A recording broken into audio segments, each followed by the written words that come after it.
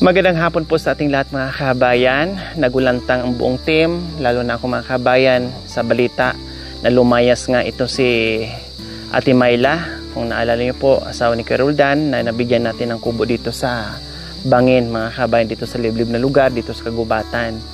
Siyempre, unang-unang pumasok sa akin mga kabayan, yung balita sa akin ay iba kasi yung lingwahe na ginamit, lumayas. So siyempre, matik yun, nagkaroon ng problema, nag-away. Tapos may nadagdag pa na dahil sa inom, paglalasing, kaya umalis itong asawa, si Mrs. at iniwan yung mga anak.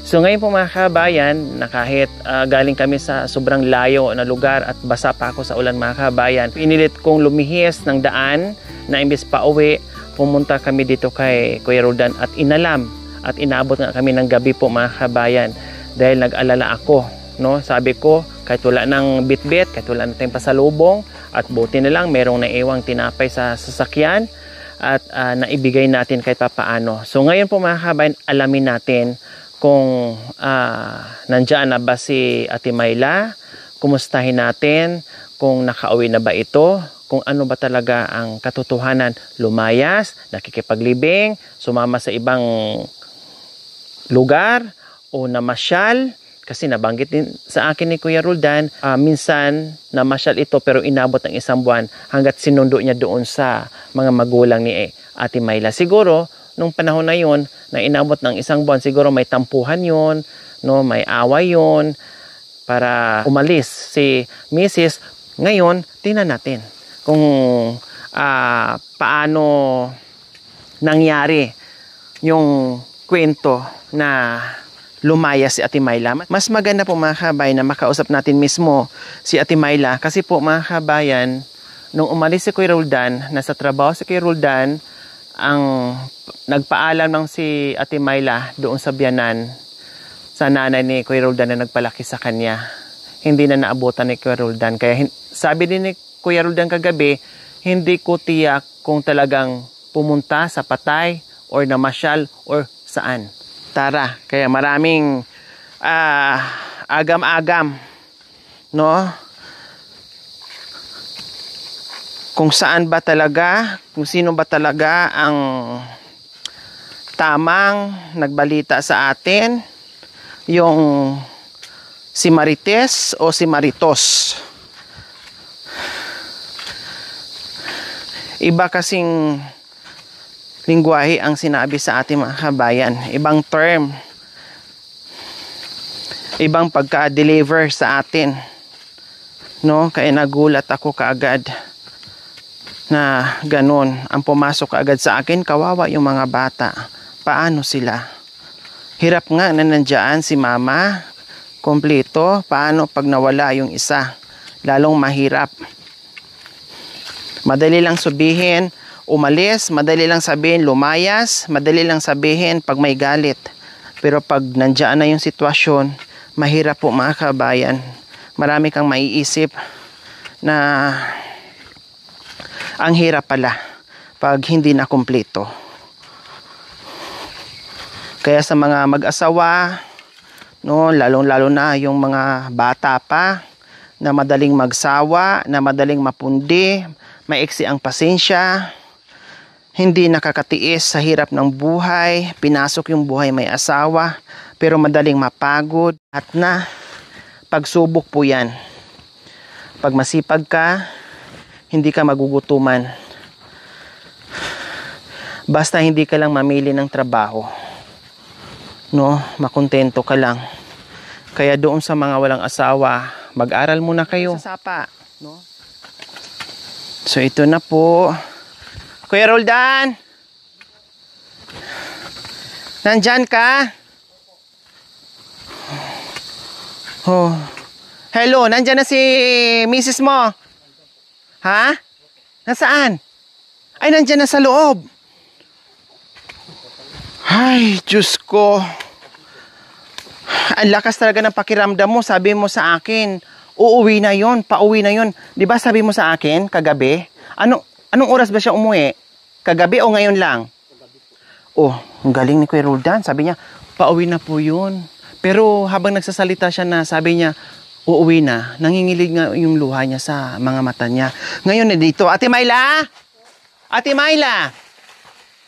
Ate Myla? Ayun, talagang 3 beses kong tinawag kasi gusto kong isigurado na ikaw talaga yan na sumasagot sa akin kasi boses mo kabisado ko na.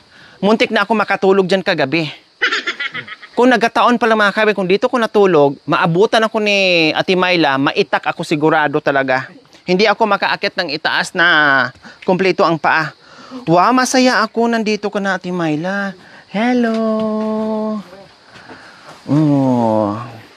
Diyos ko, Ate Myla, nandito kami kagabi. Ang dilim-dilim.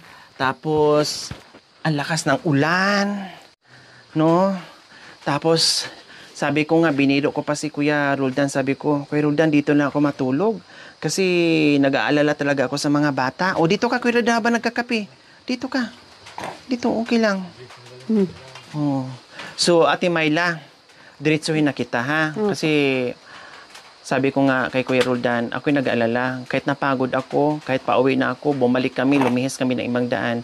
Kasi nga gusto ko matiyak at malaman yung totoo. Ano nangyari talaga, Ate Myla? Bakit umalis po kayo na hindi po kayo nakapagpaalam kay Kuya Roldan? May sakit po kasi yung tatay ko, ma'am. Tapos, May sugat po dito, malaki po yung sugat mo dito. Yung Kaya hindi po ako nakauwi. Tapos po yung pinsan ko, namatay din po. Ngayon po, hindi pa po magaling yung sugat niya. Kaya hindi po ako agad nakauwi.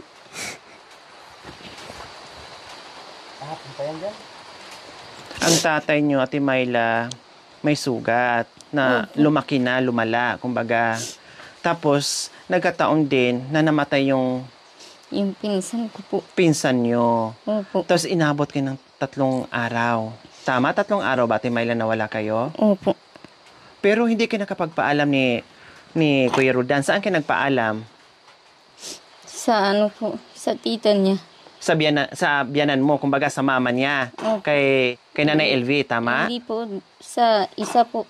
Sa isa. Kay Nanay Josie po. Ibig sabihin, yung nabalitaan mo na mayroong namatay sa kaanak mo, umalis ka na kaagad. Hindi mo Opo. na siya naantay na galing sa trabaho.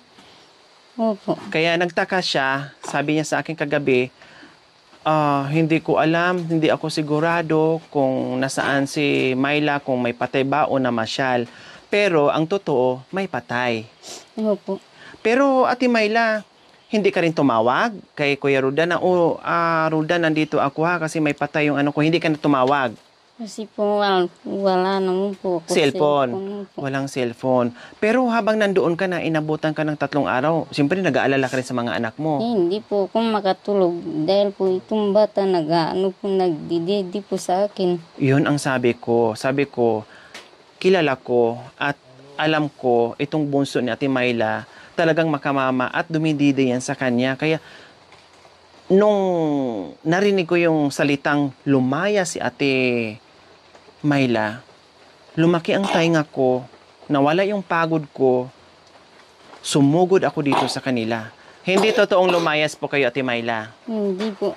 Hindi. Hindi kayo nag-away ni Kuya Ronald. Hindi po. Wala kayong tampuhan. Wala po. Kasi Ate Myla, ang balita po kasi sa akin, sabihin ko po sa inyo, sinabi ko na kay Kuya Roldan, ang balita po sa akin, Ate Myla, is lumayas kayo, nilayasan nyo daw, iniwan ang mga bata kasi yung asawa nyo ay puro na lang inom, lasing, wala na daw pagkain. Pero nung dumating kami dito kagabi, nakita ko kaagad yung bigas, na maraming bigas na nabili nila. Ayan po. Binigyan ko pa pong bigas yung bata doon sa sa baba. Bago kayo umalis. Opo. Di ba mga kabayan? po ako doon. So, ang hirap po pala. Kaya sabi ko, tama lang yung ginawa ko na hindi ako nakinig kaagad sa chismis. Ang hirap po talaga pag puro hearsays, no? Mas maganda na alamin kaagad kung anong katotohanan. Katulad dito, pumutok ang balita, no? Pati ako nagulantang na problema sa mga bata kung totoong lumaya si Ate Myla, paano yung mga bata? Sabi ni Kuya Roldan, nung 3 araw, sa loob ng 3 araw, nawala si Ate Myla habang may ginagawa dyan. Ilapag lang yung bata dyan sa pinan ng sako habang nagbubungkal o naglilinis, nandiyan lang yung mga bata. Pag buhat ang kalakal, buhat ang mga bata. Yung ganun, ang hirap nun. Kasi sila nga na kumpleto, ang hirap. How much more kung si Kuya Roldan lang or kung si Ate Myla lang. Kailangan sanib pwersas lang dalawa kahit gaano kahirap yung buhay. Basta nagtutulungan sila na kahit papaano ay magiging magaang po yon sa kanila. O ano, kumusta Kuya Ronald na nakauwi na si Ate Myla? Sa akin po, maraming salamat sa akin dumating po yung kasama.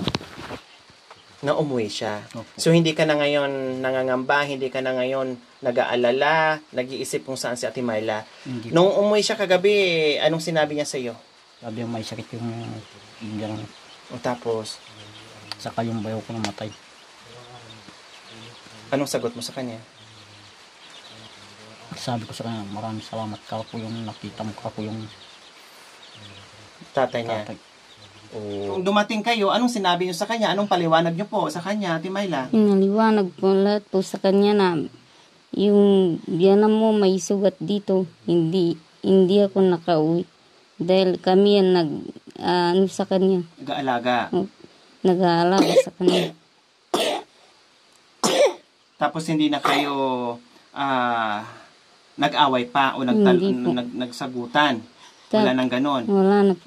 Yung bata, may ubo. Napacheck up po natin, Myla? Nadala mo na sa center? Ha? Sa ano na lang po. Bukas. Hmm. O, dali mo bukas, ha? Kasi uso ngayon, kahit nga kami kagagaling lang sa sakit, lalo na pag itong panahon, uso ngayon ay ubo sipon. Buti lang wala siyang lagnat. Wala po. Ubo lang. Wala namang Ubo lang sipon po. din, no? Talagang ubo lang. O meron lang kunting po. sipon. Ubo. Wala kang gamot dyan.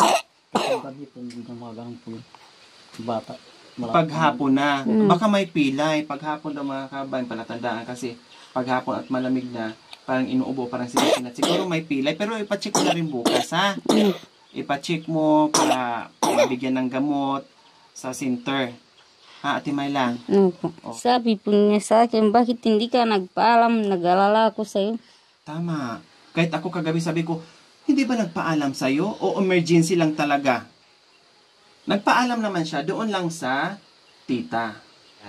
Okay, ang importante, umuwi ka na at alam na namin yung totoong kwento na hindi ka lumayas at alam na namin na nandito ka na, panatag na kami, pati si Kuya Roldan, makapagtrabaho na, pati si Kuya Roldan, hindi na mag-alala sa'yo. Okay, so ayan.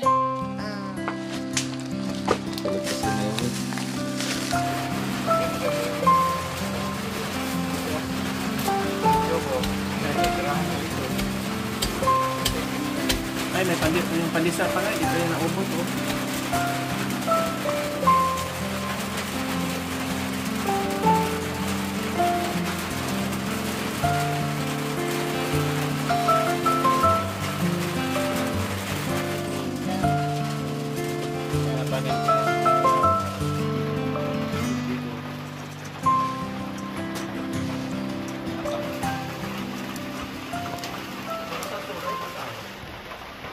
Ayan po mga kabay na hindi totoo na pinabayaan ni Kuya Roldan yung kanyang pamilya. Aminado talaga si Kuya Roldan na nagiinom.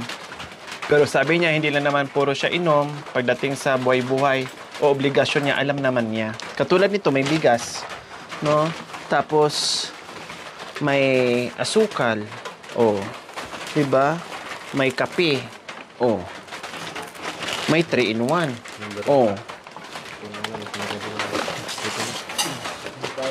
May dilata.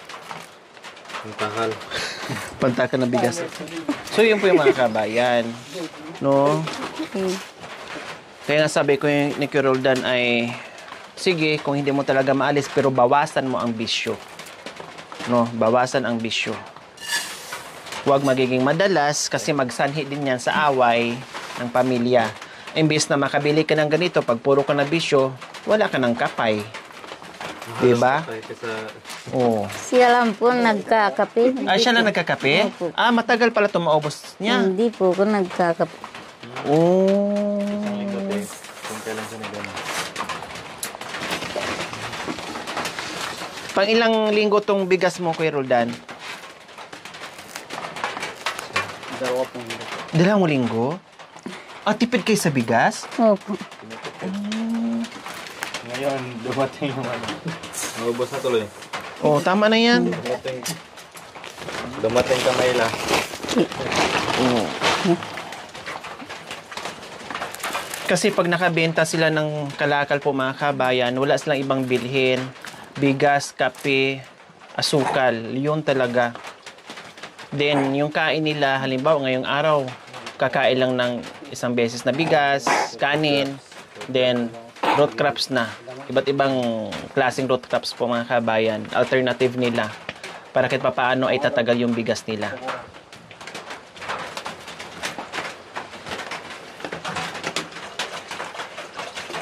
Kaya meron, malakas kumain eh. Ang lakas ng loob mo, Kuya Roldan, na dito mo ako patulogin kagabi. Okay lang po, tabi tayo. Opo. Ay, apo, ang lakas ng loob mo. Tapos maya-maya dumating ang misis mo, kundi naitak na tayong dalawa. Bote kung si Merwin lang ang matamaan. Kala niyo sa Roldan, no? Opo. No, wala pa po akong anak. Akala ko po, asawa ko, nagpalitan po ng damit yung mga yan. Ito po. Nung bago pa kayo? Opo. Akala ko po, dahil po itong damit niya, nasa sa kanya. Tapos, nag-ano na po yan. Umalis na po yan. Ito po yung naiwan doon. Hindi tapos? Hindi ko po iniwan. Akala ko po, asawa ko po yan. Niyakap mo? Hindi po, ano po. Inintay ko po. Nagpalitan lang sila ng damit. Siguro pinagtripan ka lang. Oo nga, pag nagkatalikod, talikod ka, Ben. Talikod. Oh. Malit po Malito yung ka ulo talaga. Kasi ang liit, ang liit, ang laki, parehas talaga. Oh. Wala kang damit ganyan, kulay, Kuya Roldan? Wala? Oh. So ngayon po mga kabayan, itour tayo ni Kuya Roldan sa kanyang mga pananim. Tara. Dati, nung binigay natin yung kubo, masukal pa ito mga kabayan. Wala kayong makikitang pananim, kundi puro damo. So meron siya ditong kamunting kahoy. Kuya Roldan, anong kulay po itong kamunting kahoy? Puti o yung yellow? Puti po. Ay wow, masarap yan. Ayan, so may mga kamunting kahoy na siya dyan. Tapos ito, yung ubi mo. Opo. Anong kulay? Yung puti o yung purple? Purple. Yung violet? Yung violet? Opo. Ito kasi mahal mga kabayan, kahit isang taon siya, once a year, okay lang, sulit kasi mahal din yan pagdating ng Disyembre. Tapos may mga luya ka. Opo. Ito luya. Ano yung iba? Ano po yan? Sitaw po. Ah, kaya pala may ganito ka. So ito yung sinasabi mo, na sitawan mo, na na-wash out, inano ng baha kasi nung bagyo. Opo. Ito yon. May ilan-ilan ang natira. So, kawawa po mga kabayan, oh.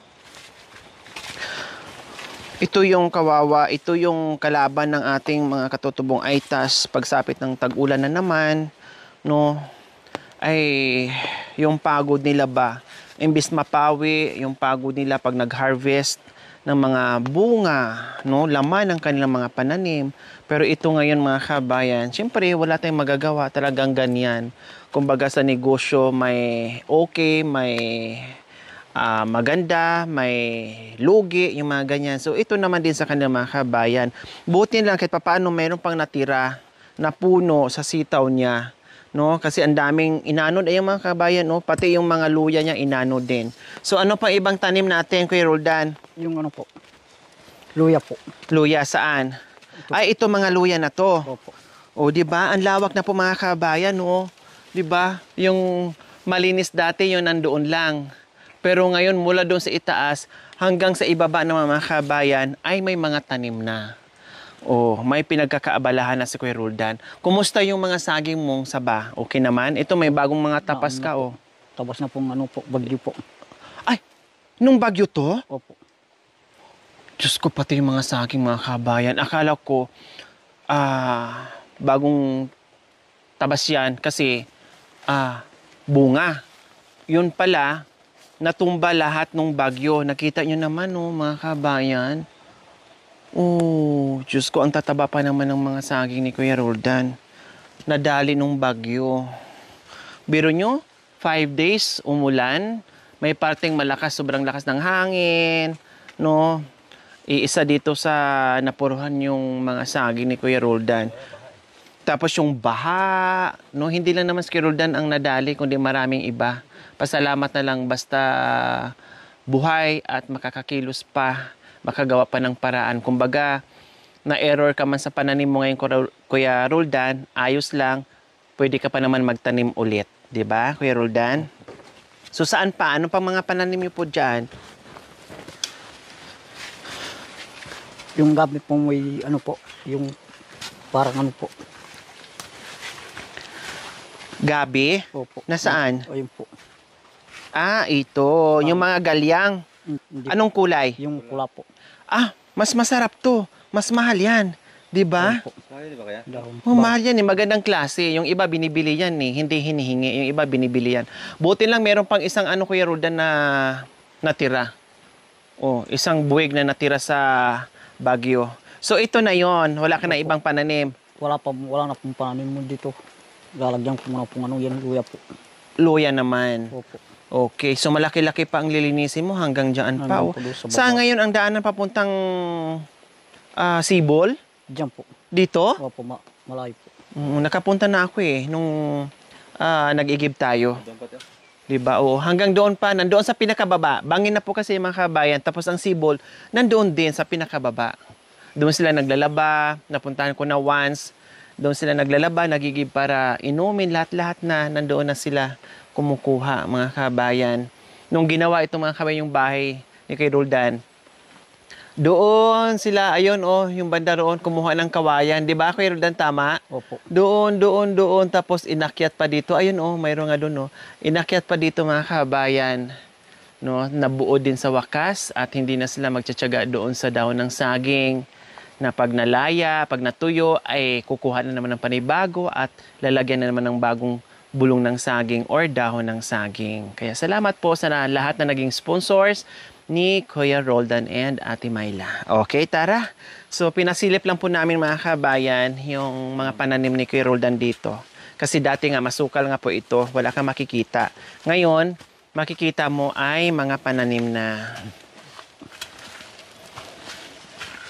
tanim lang ng tanim, Kuya Roldan, ha?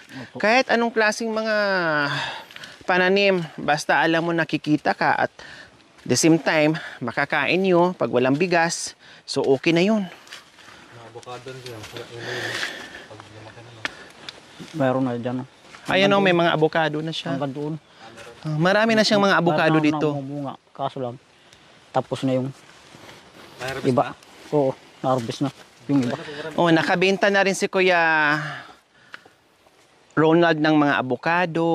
Kasi madalas dito sa kanila avocado season, no? Pag seasonal ng ng avocado, ang dami-dami. So mga inang sako ang nabenta niyo, Kuya Roldan, na avocado? Ano lang po yun. 4 lang po. 4 na sako. Bago lang po. Unang bunga. Kumbaga, unang bunga. Okay lang. Ganun lang talaga. Basta magtanim. Ayan no, katulad yan, no, may mga avocado ka na. Yung kamunting kahoy mo, dagdagan mo pa yan, Kuya Roldan. Masarap yan. Pag walang bigas, ang sarap-sarap niyan. Ayan, ang dami na oh. Lalaki ng mga OB mo oh. Gumagapang na. Ang dami. Yung ano mo, dagdagan mo ha. Yung kamunting kahoy mo. Para okay. So katulad nito mga kabayan oh, maliit pa, mura pa. Hindi pa dapat tumbahin. Pero syempre, nadaanan ng sakuna. Kaya gayon ang nangyari. 'Di ba? So hindi lang naman yung iba nga talagang totally walang napakinabangan sa nila, sa pananim nila. As in wala. No, naanod sa baha, binaha, wash out lahat. Ay nalata lahat, yung ganun, nasira. Ganun po. Sa kanya kahit papaano mayroon pa namang natira. Ayan po. Oh. Ganyan.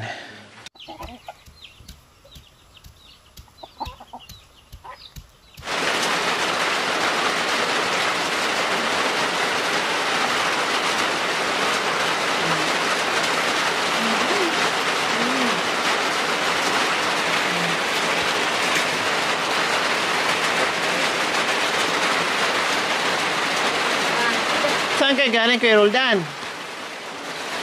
Ha? Ano? Sa baba? Kaya pala bigla kayong nawala. Anong ginawa nyo doon?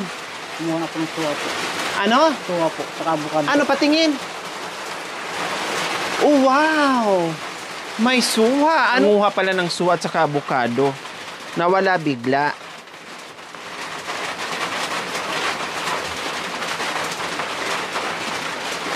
Pula daw. Yung pinkish. Sabi.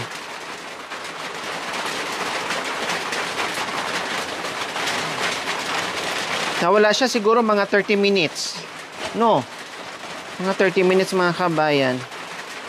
Ouch. Maanghang pala sa mata. Ouch. Nangaaway. Aray. Ay, na-overripe. Sayang. Pero pwede pa naman. Ayan, oh. Sayang, oh. Oh. Ay, mga kabayan. Pero pwede pa. Pero lang, na-overripe nga. Oh. Buti na napuntahan niya. Matamis. Bio, Mimi.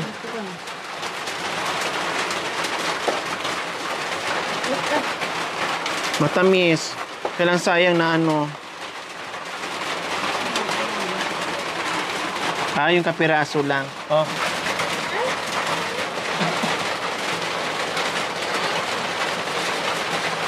Rundan na.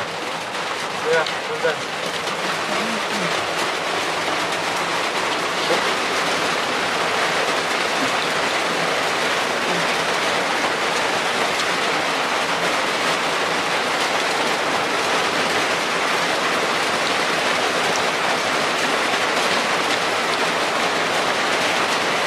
A few moments later.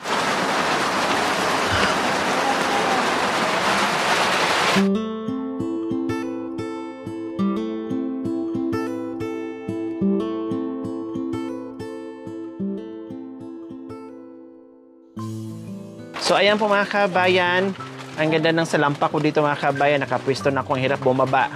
So hindi kami magkasya, kanya-kanya muna kami, galit-galit. Ayan, galit-galit muna kami. So ayan, nagdala kami ng chicken, hindi na kami nagdala ng lulutuin mga kabayan kasi sabi ko ay baka mamaya wala sila or baka mamaya uulan ng kay lakas-lakas, pahirapan na naman ng pwesto, pahirapan na naman ng panggatong. Kaya sabi ko, bili muna tayo ng luto na. Okay, sige. Panginoon, salamat po sa biyaya na binigay niyo po sa amin. Sa pagkain po. Sana hindi po sila sumasawa na pumupunta po sa amin sa kahit na malayo po yung bukid, pinupuntahan po ni Madam. Sana hindi po siya magkakasakit. Saka po yung mga kasama niya. Salamat po. In Jesus' name, Amen. Kain po.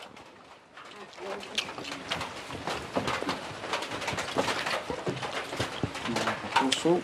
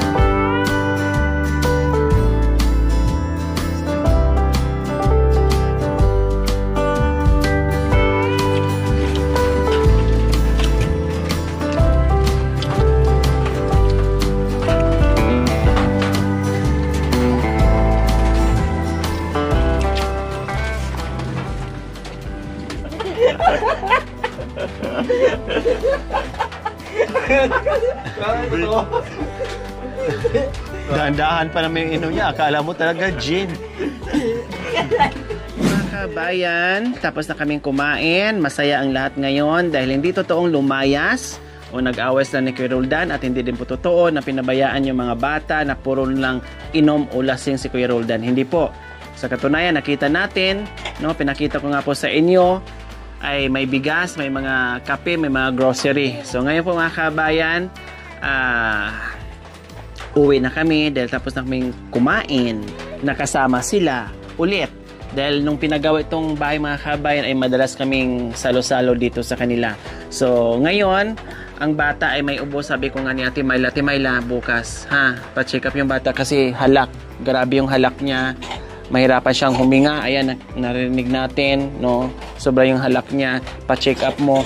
Tapos, dali mo sa center. Pag resitahan ka ng gamot, kung ano yung wala sa center, bilhin mo.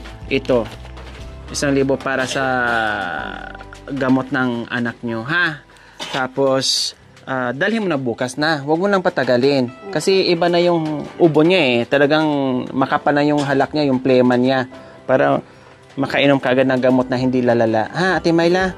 Punta ka ng center, pa-check mo doon kung anong merong libre sa center. Kunin mo. Yung wala, bilhin mo. Ha? Okay, sige. So, ayan po. Nagpaabot po yung ating sponsor, Ma'am Jackie Loczon. Nagpaabot mo ng 1,000 para po dito sa pangpa-check up ng kanyang bunsong anak. So, ayan po mga kabayan. Maraming salamat po. Happy tayong lahat na nakauwi na. 3 days lang nawala. Ulitin ko, hindi po lumayas. Pumunta lang doon sa may sakit na tatay at doon sa kamag-anak na namatayan dahil nakikipaglibing kayo. Ate Mayla. Oh, so walang katotohanan na lumayas o sumama sa ibang boyfriend. Tida. Okay na, Kuya Roldan, masaya ka na? Nung nadatnan kita dito kagabi, ang lungkot-lungkot mo eh. Siyempre, alam kong iniisip mo, paano kaya ang trabaho ko? Paano kaya yung mga anak? Nasaan na kaya yung asawa ko? O ngayon, nakita ko sa mukha mo na masaya ka na. O anong sasabihin mo sa asawa mo? Dumating na po. O tapos? Masaya na po. Masaya. Opo. So, paalisin mo ulit. Hindi po. Bye! A few moments later.